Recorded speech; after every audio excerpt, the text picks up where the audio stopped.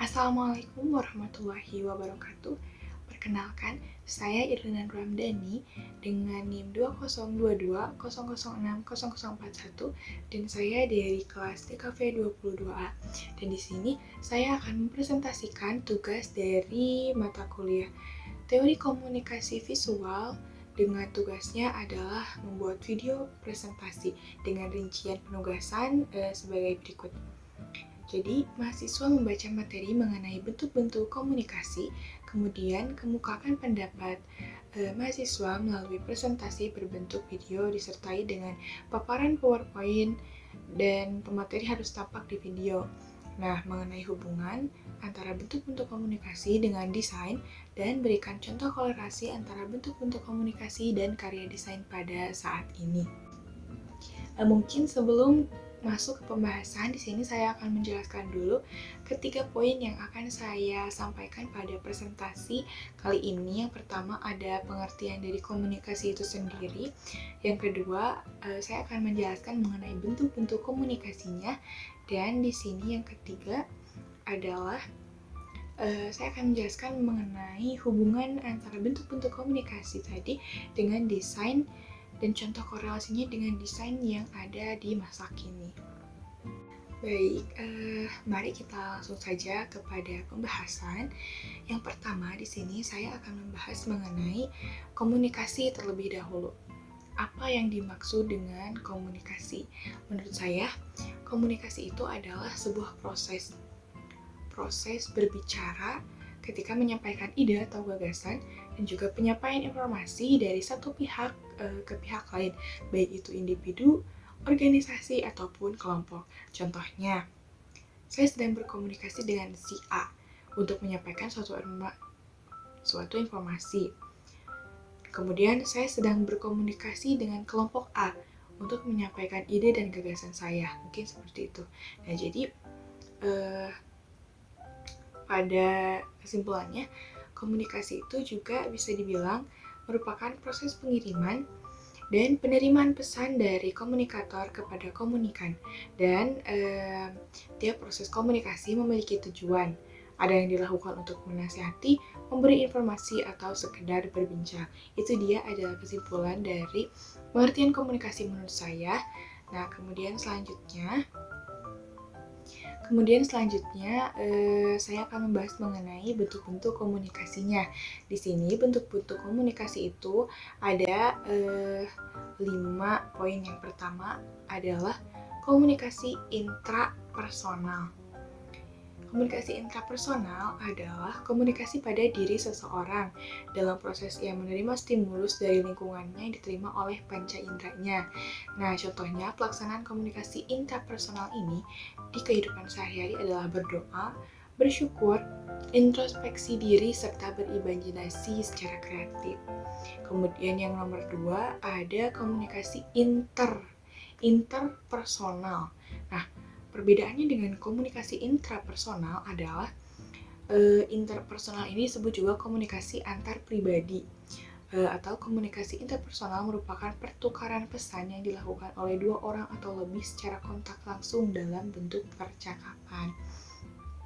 Nah, contohnya, dari jenis komunikasi ini adalah percakapan antara dua orang sahabat yang saling mencurahkan isi hatinya, pertengkaran antar keluarga, atau pertengkaran antar tetangga, senda gurau kakak, adik, dan perbincangan dosen dan mahasiswa saat bimbingan skripsi misalkan, dan dialog di forum apapun. Kemudian, poin yang ketiga adalah komunikasi kelompok. Nah, untuk komunikasi kelompok ini, yang dilakukan itu minimal adalah 3 orang atau lebih yang bertujuan untuk memberikan informasi dan juga melakukan pemecahan masalah. Contohnya, komunikasi kelompok antara lain kuliah, rapat, briefing, seminar, workshop, dan lain-lain. Dalam komunikasi kelompok, setiap individu yang terlibat dalam kelompok masing-masing berkomunikasi sesuai dengan peran dan kedudukannya di dalam kelompok tersebut. Dan yang keempat adalah komunikasi organisasi. Komunikasi organisasi merupakan komunikasi antar manusia yang terjadi dalam sebuah komunikasi organisasi tentunya, baik secara formal maupun non-formal. yang diikat oleh sebuah sistem. Nah, contoh dari komunikasi organisasi ini adalah survei sikap karyawan, adanya kotak saran, prosedur penyampaian keluhan, diskusi atasan dan bawahan, serta sesi tanya jawab informal dan lain sebagainya. Dan yang terakhir adalah komunikasi massa atau yang sering kita temukan di sekarang-sekarang ini, yaitu pengertian dari komunikasi massa itu sendiri merupakan proses komunikasi di mana suatu organisasi media membuat dan menyebarkan pesan kepada khalayak secara luas. Nah, secara umum, komunikasi massa ini memiliki arti sebagai proses penyampaian pesan melalui media massa. Istilah komunikasi massa atau singkatan dari komunikasi media massa ini memiliki pengertian secara rinci sebagai berikut. Yang pertama adalah komunikasi atau penyampaian pesan, tadi sudah kita ketahui dan sudah saya jelaskan juga. Kemudian media adalah saluran atau sarana atau wadah dari si komunikasi penyampaian pesan tadi. Jadi pesan yang disampaikan itu melalui media terlebih dahulu. Kemudian massa adalah orang banyak atau publik. Jadi si komunikasi tadi yang melalui media massa itu akan ditujukan kepada orang banyak gitu. Dan jadi secara umum komunikasi massa merupakan aktivitas komunikasi yang dilakukan melalui media massa, dan bahkan media menjadi inti dari komunikasi massa yang efisien dan juga efektif. Nah, kemudian dilanjutkan kepada contoh-contoh dari penyampaian atau komunikasi massa ini. Yang pertama adanya televisi. Nah, televisi ini menjadi salah satu media massa yang populer dan digemari sejak zaman dahulu hingga saat ini, yang mana menayangkan hiburan, berita, dan lain sebagainya yang menghibur. Kemudian selanjutnya ada majalah dan surat kabar. Majalah merupakan media yang menyediakan berita, opini, dan iklan. Nah, selanjutnya adalah surat kabar. Hampir sama juga dengan majalah, surat kabar juga menyediakan berbagai hal mulai dari berita, iklan, dan opini untuk pembaca. Kemudian yang keempat, ada radio yang menyediakan sarana untuk mendengarkan musik, berita, cuaca, dan lain sebagainya. Kemudian media sosial. Nah, dewasa ini media sosial sangat marak digunakan dan menjadi salah satu bukti meningkatnya penggunaan komunikasi massa sehingga dimanfaatkan dan juga dinikmati oleh khalayak umum. Nah, sekarang kita memasuki poin ketiga, yang mana poin ini di sini saya akan membahas mengenai hubungan antara bentuk-bentuk komunikasi yang telah tadi saya jelaskan dengan desain dan contoh korelasinya dengan desain yang ada saat ini.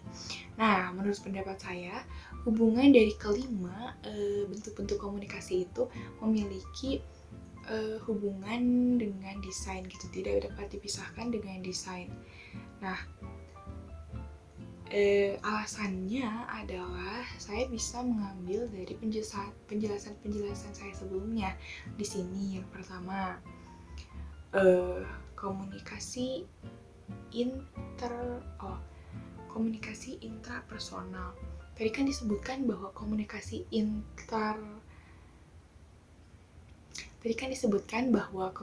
intrapersonal itu adalah komunikasi dengan diri pribadi.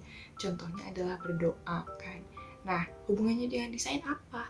Sering kita lihat bahwa banyak sekali tulisan doa-doa dalam bentuk desain kaligrafi yang sering kita temukan. Nah, itu merupakan komunikasi sih buat desain kaligrafi dengan Tuhan, kan, pastinya. Jadi, menurut saya desain dengan komunikasi intrapersonal ini sangat berkaitan gitu. Tidak hanya yang saya sebutkan tadi contohnya, tetapi masih banyak lagi gitu. Dan kemudian yang kedua, komunikasi interpersonal atau dari diri kita dengan diri orang lain gitu. Nah, di sini mungkin lebih kepada hasil dari komunikasinya, karena ekspresi-ekspresi yang dikeluarkan dari masing-masing individu dalam komunikasi interpersonal ini dapat memberikan inspirasi bagi para desainer untuk membuat sebuah karya. Misalnya ekspresi dari senda gurau kakak adik yang dapat menginspirasi desainer untuk membuat sebuah karya keluarga kecil yang ceria dengan ekspresi yang digambarkan oleh kakak adik tersebut yang tentunya ceria pula gitu. Yang ketiga, adanya komunikasi kelompok.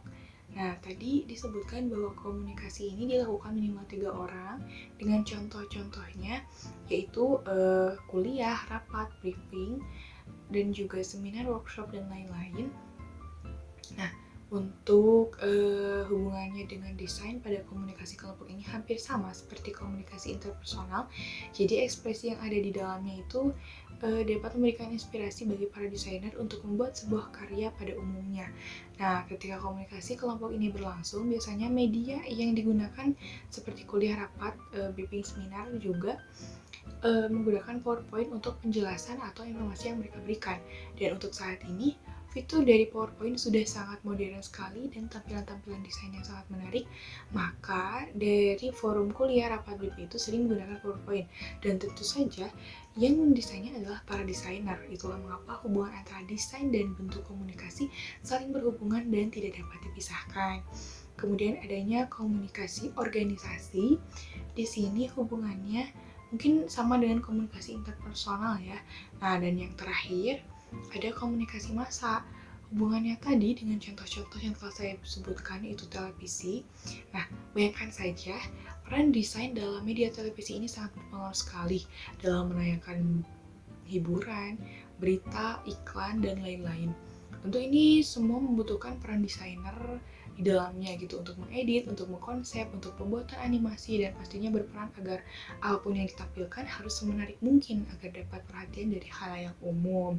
Nah, kemudian adanya majalah dan surat kabar. Jangan lupakan peran desainer yang membungkus keseluruhan atau disebut juga yang memangkas gitu keseluruhan dari majalah tersebut agar menjadi lebih menarik lagi gitu. Dan surat kabar juga hampir sama dengan majalah.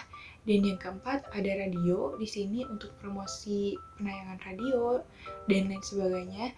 Kemudian musik album gambar dari album musik yang diputar dalam radio itu gitu kan. Siapa lagi yang akan berperan jika bukan seorang desainer gitu. Kalau bukan desainer yang membuatnya siapa lagi gitu. Nah, dan yang terakhir ini ada media sosial. Nah, media sosial ini memang semua orang dapat menggunakan media sosial gitu, tapi tidak semua orang dapat mengemas media sosial dengan sangat baik. Maka dari itu, peran desainer sangat penting sekali di sini. Salah satu contoh seperti foto yang diedit dan foto yang tidak diedit. Sebagai seorang desainer, pasti paham gitu bagaimana membuat foto tersebut agar lebih menarik lagi dan sesuai dengan apa yang diinginkan khalayak umum gitu. Dan satu lagi contoh pentingnya adalah filter Instagram yang membuat diri kita menjadi lebih cantik lagi gitu.